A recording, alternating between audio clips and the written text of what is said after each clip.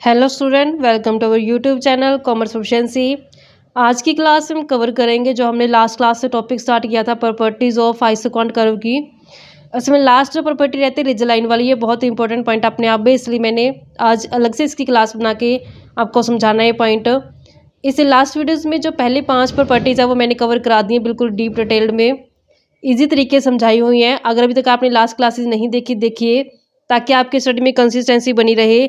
अगर अभी तक आपने मेरे चैनल कॉमर्स प्रोफिशिएंसी को सब्सक्राइब नहीं किया, सब्सक्राइब कीजिए और बेल आइकन जरूर प्रेस कीजिए, ताकि जब भी मैंने वीडियोस अपलोड करूं सबसे पहले नोटिफिकेशन आपके पास जाए, आप वीडियोस को सबसे पहले देखो और आपकी स्टडी बूस्टअप हो। रिज लाइंस में क्या होता है बच्चों कि जब भी हम आइसोकॉन्ट कर्व के ऊपर लोकेट करते हैं पॉइंट्स को, तो उसमें जो हमारे पास आइसोकॉन्ट कर्व डिनोट करता है एरिया, वो टोटली जो एरिया डिनोट किया जाता है, जरूरी नहीं होता कि वो सारे का सारा एरिया जो हमारे लिए एफिशिएंट प्रोडक्शन का हो, इकोनॉमिक एरिया हो। तो उसमें कुछ ऐसा एरिया होता है जो अनएफिशिएंट प्रोडक्शन का होता है, जो अन इकोनॉमिक एरिया होता है। तो आज इसको समझेंगे हम रिज लाइंस को कि मतलब क्या है इसका, इसको समझते हैं आज हम। हमने इसमें दो साइड ले लेते हैं। ये हमारे पास होती है ओ एक्स एक्सिस साइज। ओ एक्स एक्सिस साइज में हम ले लेते हैं वेरिएबल फैक्टर लेबर को, यहाँ पे डिनोट करते हैं लेबर को। ऐसे ही हमारे पास दूसरी साइड होती है vertical side O Y axis. यहाँ पे जो ओ वाई एक्सिस है ये डिनोट करती है फिक्स्ड फैक्टर, जिसमें हम कैपिटल को ले लेते हैं। कैपिटल को ले लो, लैंड को ले लो, whatever you want to do, आप ले सकते हो कोई भी पॉइंट।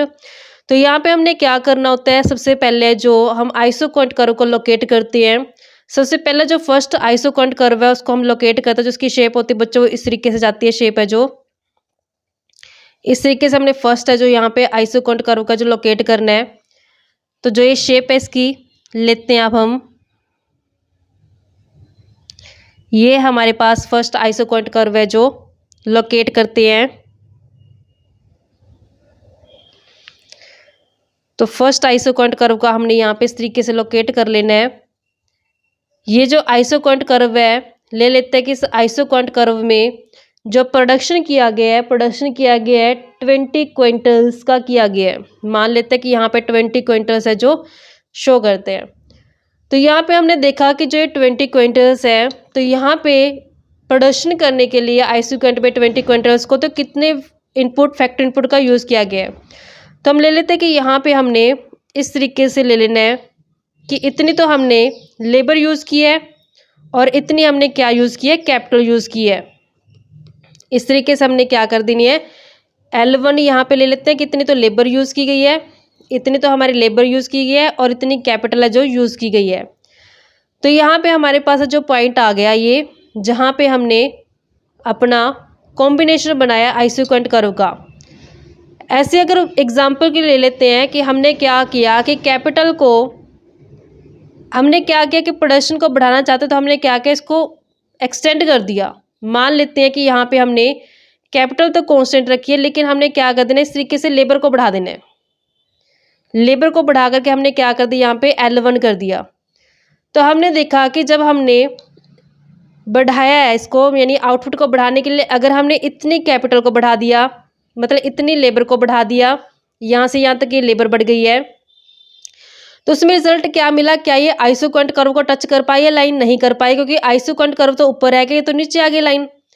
तो यहाँ से हमें कोई बेनिफिट नहीं मिलने वाला। अगर हमने लेबर को बढ़ाया, यहाँ पे हमने क्या किया, लेबर को बढ़ा दिया, लेकिन इसको लेबर को बढ़ाने से हमें आउटपुट में जो कोई इंक्रीमेंट है जो नहीं मिला, तो इसका हमें कोई भी पॉजिटिव रिजल्ट है जो नहीं मिलेगा। यानी कि यहाँ तक अगर हम प्रोडक्शन करते हैं इस पॉइंट तक तो हमारे लिए बेस्ट है, जहाँ पे हमने इतनी लेबर और इतनी कैपिटल का जो यूज़ किया है।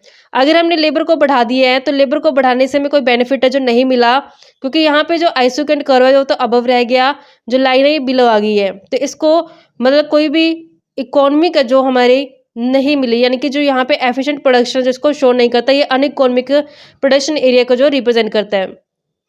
ऐसे अगर मान लेते हैं कि यहाँ पे हम लेके चलते हैं इस एरिया पे कि यहाँ पे हमने इतनी लेबर यूज़ करनी है, इतनी हमने लेबर यूज़ कर ली है और इतनी हमने क्या यूज़ कर ली है, कैपिटल यूज़ कर ली है। इतनी हमने क्या कर लिया, कैपिटल यूज़ कर ली है। तो यहाँ पे हमारे पास पॉइंट आ जाता है ये वाला। यहाँ पे हमने C2 ले लेते हैं, कैपिटल 2 नाम रख लेते हैं और ये L2 नाम है जो यहाँ पे रख लेते हैं। तो यहाँ पे हमने देखा कि हमने इतनी कैपिटल को यूज़ किया है और इतनी लेबर को यूज़ किया, तो जहाँ पे हमने आइसोकॉन्ट कर्व के ऊपर 20 क्विंटल्स प्रोडक्शन को इस्तेमाल किया गया है। अगर मान लेते हैं कि हमने क्या कर दिया, कैपिटल को बढ़ा देना है, तो यहाँ पे मैं इसको एक्सटेंड करती हूँ अगर लाइन को, तो यहाँ पे अगर मान लेते हैं कि हमने क्या किया, कैपिटल को बढ़ा दिया। कैपिटल को बढ़ा के हमने कितना कर दिया, कैपिटल को बढ़ा के मान लो कि यहाँ पे C3 ले आए। तो यहाँ पे हमने क्या किया, कैपिटल को बढ़ाया। जब कैपिटल को बढ़ाया तो हमने देखा कि जो कैपिटल को बढ़ाने से जो आइसोसेकेंट कर्व का टच नहीं कर पाई है लाइन, तो इससे क्या होगा कि हमें जो एफिशिएंट प्रोडक्शन है वो नहीं मिलेगा, अनइकोनॉमिक प्रोडक्शन एरिया को जो रिप्रेजेंट करता है, क्योंकि यहाँ पे हमने कैपिटल तो बढ़ा दी लेकिन कैपिटल बढ़ाने का फ़ायदा जो कुछ भी नहीं मिलने वाला। यानी कि अगर हमने प्रोडक्शन करना तो बेस्ट पॉइंट क्या है, यहाँ पे हमने इतनी कैपिटल और इतनी लेबर को यूज़ करना, और यहाँ पे हमने इतनी लेबर और इतनी कैपिटल को यूज़ करके जो बेस्ट एरिया हमारे पास आ गया। यहाँ पे जो एरिया शो करते हैं क्या हमारे लिए, ये एफिशिएंट एरिया प्रोडक्शन है जो इकोनॉमिक एरिया प्रोडक्शन को रिप्रेजेंट करता है। ऐसे मान लेते हैं कि अनदर हम आइसोसेकेंट कर्व को बनाते हैं, जहाँ यहाँ पे हमने एक हायर लेवल ऑफ आइसोसेकेंट कर्व का जो ड्रॉ कर लेना है। तो इस तरीके से हम आइसोसेकेंट कर्व का जो ड्रॉ करते हैं, हायर लेवल ऑफ आइसोसेकेंट कर्व को जो शो करेगा, तो इस तरीके से हम उसकी जो शेप बना देते हैं।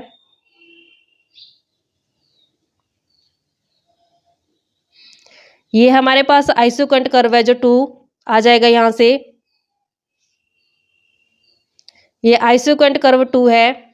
हम जानते हैं कि जितना हायर आइसोसेकेंट कर्व होता है उतना ही लेवल ऑफ आउटपुट को ज़्यादा रिप्रेजेंट करता है वो। यहाँ पे मान लेते हैं कि हमने 40 क्विंटल्स का जो 40 क्विंटल प्रोडक्शन का जो शो करता है, 40 क्विंटल प्रोडक्शन का जो शो करता है। तो ऐसे ही यहाँ पे जो इसका एफिशिएंट हमारे पास आएगा पॉइंट, वो यहाँ पे आएगा कि अगर हम इतना इसके अंदर यूज़ करेंगे लेबर को, और इतना अगर हम इसमें कैपिटल को यूज़ करेंगे, तो हम क्या कर सकते हैं, अपने आउटपुट को बढ़ा सकते हैं, दोनों फैक्टर्स को बढ़ा करके, लेबर और कैपिटल को बढ़ा करके। तो यहाँ पे हमारे पास एफिशिएंट पॉइंट आ गया ये। इस तरीके से यहाँ पे इसका एफिशिएंट पॉइंट आ जाएगा, जहाँ पे हम क्या कर सकते हैं, इकोनॉमिक तरीके से प्रोडक्शन को प्रोड्यूस कर सकते हैं, गुड्स और सर्विसेज को। ऐसे अगर हम अनदर आइसोसेकेंट कर्व को ड्रॉ करते हैं, तो इस तरीके से हम इसका another higher level of production को जो शो करेगा, आइसोसेकेंट कर्व ले लेते हैं। इस तरीके से अगर हमने एक और आइसोसेकेंट कर्व का जो ड्रॉ कर लिया, तो ये क्या करेगा, इससे भी हायर लेवल ऑफ प्रोडक्शन को रिप्रेजेंट करेगा, जिसमें मान लेते हैं कि हमने 60 क्विंटल्स का जो रिप्रेजेंट करता है। इस तरीके से हमने क्या किया, तीनों आइसोसेकेंट कर्व को ड्रॉ किया। तो यहाँ पे जो इसका एफिशिएंट प्रोडक्शन एरिया ये आ जाएगा, यहाँ पे ये आ जाएगा। तो हमने देखा बच्चों, एक चीज़ पॉइंट समझने वाली ये है कि जब हमने लेबर को यहाँ पे बढ़ाया, तो लेबर को बढ़ाने का कोई फ़ायदा यहाँ पे नहीं मिला। तो यहाँ पे जो हमारे पास मार्जिनल प्रोडक्टिविटी क्या हो गई है, मतलब नेगेटिव में चली गई है, क्योंकि बढ़ने के बजाय क्या हो गई, नेगेटिव में चली गई है जो मार्जिन प्रोडक्टिविटी थी। और जो लेबर की प्रोडक्टिविटी वो क्या हो चुकी है, 0 हो चुकी है। यहाँ पे हम समझते हैं कि अगर यहाँ पे हम लेबर को बढ़ाते हैं तो लेबर को बढ़ाने का बेनिफिट कुछ भी नहीं होता। यहाँ पे जो आउटपुट होता है वो क्या होना शुरू होता है, नेगेटिव होना शुरू होता है। और यहाँ पे जो मार्जिन प्रोडक्टिविटी ऑफ लेबर है, जो मार्जिन प्रोडक्टिविटी ऑफ लेबर है वो क्या हो जाती है, 0 हो जाती है। क्योंकि यहाँ पे लेबर को बढ़ाने से प्रोडक्टिविटी क्या मिल रही है, 0 मिल रही है, कोई बेनिफिट नहीं है लेबर को बढ़ाने का। इसी तरीके से अगर हम इस लाइन की बात करते हैं, तो यहाँ पे हमने कैपिटल को लिया था, तो कैपिटल को बढ़ाने से हमें कोई बेनिफिट नहीं मिला था। तो यहाँ पे जो मार्जिनल प्रोडक्टिविटी ऑफ कैपिटल क्या हो जाती है बच्चों, 0 जाती है, क्योंकि यहाँ पे कैपिटल को बढ़ाने से कोई भी प्रोडक्टिविटी है जो नहीं मिलती, तो प्रोडक्टिविटी क्या है, 0। क्योंकि यहाँ पे भी जो मार्जिन प्रोडक्टिविटी है टोटल आउटपुट की वो क्या होना शुरू हो गया है, नेगेटिव होना शुरू हो गया है। यहाँ पे तो हमने क्या लिया था, कैपिटल लिया था, तो इसका से मार्जिन प्रोडक्टिविटी कैपिटल की 0 हो गई है। यहाँ पे हमने लेबर को लिया था, इसका से यहाँ पे मार्जिन प्रोडक्टिविटी लेबर क्या हो गया, 0 हो गया है। यहाँ पे लेबर को बढ़ाने से कोई बेनिफिट नहीं मिला, और यहाँ पे साइड पे कैपिटल को बढ़ाने से कोई जो बेनिफिट नहीं मिला। अब यहाँ पे हमने देखा कि ये जो पॉइंट्स हमारे हैं, ये वो पॉइंट्स शो करते हैं जो हमारे लिए एफिशिएंट प्रोडक्शन एरिया को डिनोट करते हैं। अगर हम इन सभी पॉइंट्स को मर्ज करें तो हमारे पास रिज लाइन आ जाती है। तो जब हम इन पॉइंट्स को इस तरीके से मर्ज करके चलते हैं, तो इस तरीके से जब हम मर्ज करेंगे इन तीनों पॉइंट को, तो हमारे पास क्या आ जाएगा, ये हमारे पास आ गया अपर रिज लाइन आ गया। तो जो ये शो करता है हमारे पास आ गई ये अपर रिज लाइन, अपर रिज लाइन को जो शो करती है, अपर रिज लाइन आ गई है।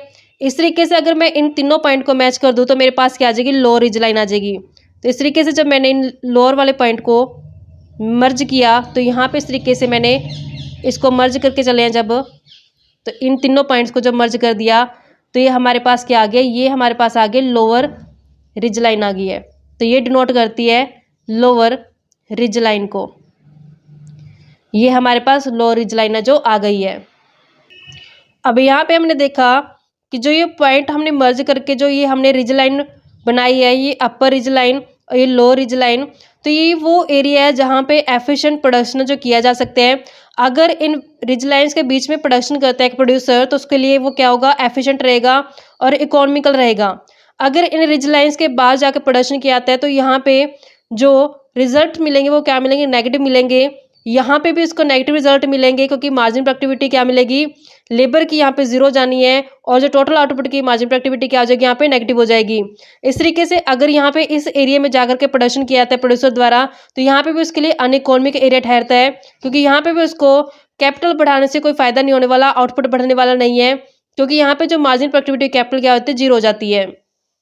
इसका एक पॉइंट और समझते हैं अब हम, marginal rate of technical substitution का पॉइंट समझते हैं कि हमने जब लास्ट क्लासेस में कवर किया था इस टॉपिक को, तो उसमें पढ़ा था margin rate of technical substitution का मतलब क्या होता है कि अगर हम दो फैक्टर्स का यूज़ कर रहे हैं आउटपुट को करने के लिए, तो जैसे यहाँ पे कैपिटल और लेबर का इस्तेमाल किया गया है, तो हमने देखा था कि अगर हमने कैपिटल को बढ़ाया तो लेबर को कम करना पड़ेगा, या फिर अगर लेबर को बढ़ाया तो कैपिटल को जो कम करना पड़ेगा।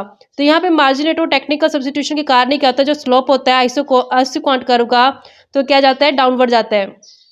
तो यहाँ पे जब हमने कवर किया था आइसोक्वांट कर्व को, तो margin rate of technical substitution diminishing का कारण है जो यहाँ पे स्लोप था जो आइसोक्वांट कर्व का, वो इस तरीके से आता है। तो कभी भी जो इसका कर्व हमने पढ़ा था तो इस तरीके से अपर कर्व का जो नहीं समझा, क्योंकि ये अपर कर्व है जो इसके इकोनॉमिकल एरिया को जो शो नहीं करता। तो यानी कि जहाँ तक margin rate of technical substitution लागू हुआ डिमिनिशिंग, वहीं तक क्या हमारे लिए एफिशिएंट एरिया प्रोडक्शन को शो करता है। तो अब हमने इस केस में, रिज लाइन के केस में, किस तरीके से margin rate of technical substitution को हम कैलकुलेट कर सकते हैं। तो यहाँ पे इसको कैलकुलेट करने का तरीका होता है marginal rate of technical substitution. कैसे कैलकुलेट कर सकते हैं लेबर और कैपिटल की, तो हमने लेना कि जो मार्जिनल प्रोडक्टिविटी आते हैं लेबर की, डिवाइड कर देते हैं हम जब मार्जिनल प्रोडक्टिविटी ऑफ कैपिटल को, तो हमारे पास margin rate of technical substitution आ जाता है। अगर हम इस केस में कैलकुलेट करते हैं तो कैसे कैलकुलेट करें कि यहाँ पे जो margin rate of technical substitution कितना है, यहाँ पे मार्जिनल प्रोडक्टिविटी लेबर की क्या है, जीरो है। तो यहाँ पे मार्जिनल प्रोडक्टिविटी लेबर की क्या रख देनी है, यहाँ पे इसकी वैल्यू जीरो रख देनी है, और डिवाइड करेंगे जो मार्जिनल प्रोडक्टिविटी ऑफ कैपिटल है एज इट इज। तो जब भी हम जीरो से डिवाइड करें तो हमारे पास क्या आता है, ये जीरो आता है। तो यहाँ पे इस केस में जो marginal productivity, marginal rate of technical substitution है, वो क्या आ जाएगा, यहाँ पे इस केस में जीरो आ जाएगा। अगर ऐसे ही हमने इस केस में कैलकुलेट करना, तो कैसे कैलकुलेट करेंगे, यहाँ पे मार्जिनल प्रोडक्टिविटी कैपिटल की क्या है, जीरो। तो यहाँ पे हमने कैपिटल की जगह क्या रख देना है, जीरो वैल्यू पुट कर देनी है। तो यहाँ पे जो marginal productivity of labour as it is रखेंगे और यहाँ पे डिवाइड करने जीरो से डिवाइड करने पे क्या आती है, वैल्यू इनफाइनाइट आ जाती है। तो यानी कि यहाँ पे इस केस में जो हमारे पास marginal rate of technical substitution रहेगा वो क्या रहेगा, इनफाइनाइट रहेगा। तो इस तरीके से बच्चों हमने देखा कि अगर रिज लाइन्स जो शो करती हैं, ये सारा एरिया जो विद रिज लाइन आता है, ये सारा किस चीज़ को रिप्रेजेंट कर रहा है, एफिशिएंट प्रोडक्शन को शो कर रहा है कि अगर producer in with in line इस एरियाज के अंदर रह करके प्रोडक्शन करेगा तो उसके लिए क्या रहेगा, वो एफिशिएंट है जो एरिया रहेगा। बुकिश एक्सप्लेनेशन कवर करते हैं, कहता है one knows from the isoquant curve the extent to which production should be carried out. कहते हैं कि यहाँ पे हमने इसे एक्सटेंड किया, जो हमारे पास आइसोक्वांट कर्व था उसी को एक्सटेंड करके हमने रिज लाइन के जो ड्रॉ किया लाइन्स। कहते हैं जो लाइन जो रिप्रेजेंट करते हैं लिमिट, वो सीमा जो किसको शो करते हैं, इकोनॉमिक रीजन ऑफ प्रोडक्शन को, जहाँ पे प्रोडक्शन करना क्या रहेगा, इकोनॉमिक रहेगा, फायदेमंद रहेगा प्रोड्यूसर के लिए, और उसको क्या बोलते हैं, हम रिज लाइन बोलते हैं। यानी कि इस एरिया के अंदर क्या करना बेस्ट रहेगा, प्रोडक्शन करना बेस्ट रहेगा एक प्रोड्यूसर के लिए विद रिज लाइन जो एरिया शो किया जाता है। कहते हैं जो रिज लाइन होती है वो ज्वाइन किए जाते हैं उन पॉइंट को, अलग अलग आइसोक्वांट के कर्व के पॉइंट को हमने जब ज्वाइंट किया तो उससे हमें पता चला कि इकोनॉमिक लिमिट क्या प्रोडक्शन की, जहाँ पे एक प्रोड्यूसर को प्रोडक्शन करने से क्या रहेगा, फायदा रहेगा। तो यहाँ पे जो ये सारा एरिया था ये किस चीज़ को डिनोट करता था, ये डिनोट करता था इकोनॉमिक रीजन ऑफ प्रोडक्शन को। तो इसके बियॉन्ड जाकर के जब प्रोड्यूसर प्रोडक्शन करता तो उसका क्या रहता है, वो अनइकोनॉमिक रहता कि फायदे होने के बजाय क्या होते हैं, नुकसान होने शुरू हो जाते हैं। तो इस तरीके से बच्चों ये हमारे पास कंसेप्ट बनता था रिज लाइन का। आई होप कि आपको क्लियर हो गया होगा।